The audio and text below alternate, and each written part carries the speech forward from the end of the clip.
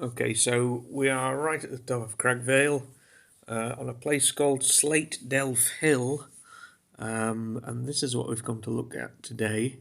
This mound here is actually a Second World War Starfish Decoy bunker. Now this was built in 1941, and these were built to try and deflect the enemy bombs that may have landed on Leeds.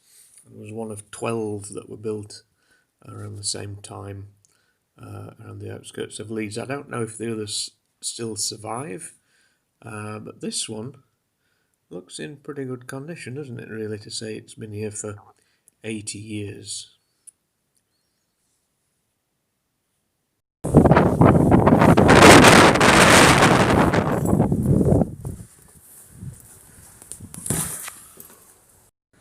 Okay, so most of what I've filmed so far has been voiceover. It's so windy today. But now I'm in the bunker itself. Let's see what we can find in here. So to start with, I think if we just mention that wall there, that is a protective blast wall. So if there was an explosion just outside, the blast wouldn't come in. I think that's probably how it worked. Yeah.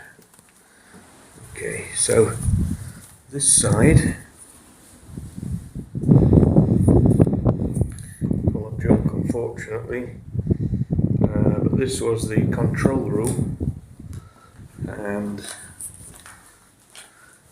this was the escape hatch in case of problems.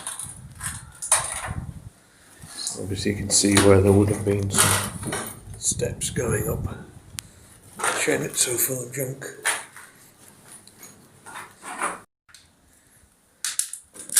Through into this side. This would have been the generator room. Not much left to see at all, really.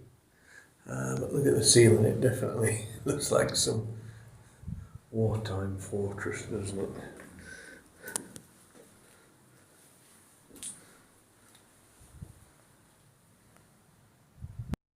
So the purpose of these is, obviously it's in the word decoy.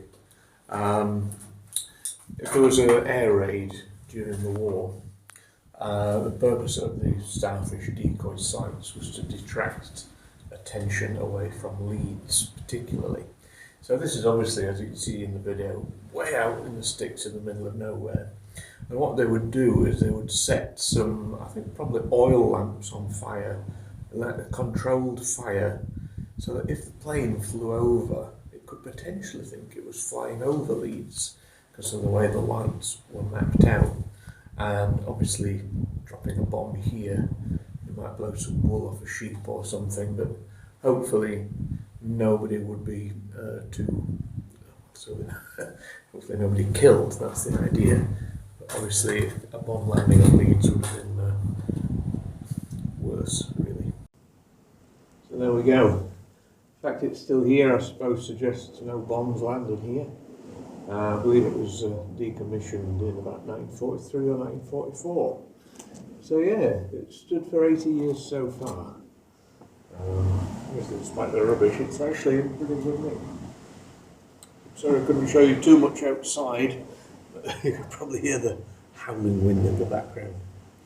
Okay, see you for another video soon.